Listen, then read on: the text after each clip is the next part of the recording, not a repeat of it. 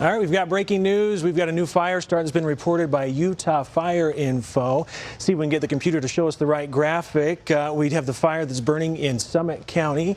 That's the fire that's not showing up for us just right here on the graphic. I had it all loaded up. What we're dealing with, though, are strong winds today, red flag warnings that are in place. Here's the graphic that we were looking for. It shows you kind of where the fire is. It's called the Balua Fire in Summit County.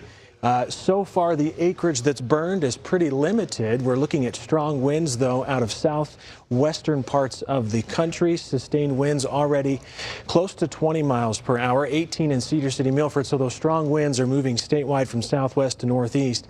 And you can see just how strong the gusts are across areas of Summit County. So we've got extreme wildfire conditions. We're expecting explosive growth in those areas. We'll continue to monitor conditions and bring you the latest updates.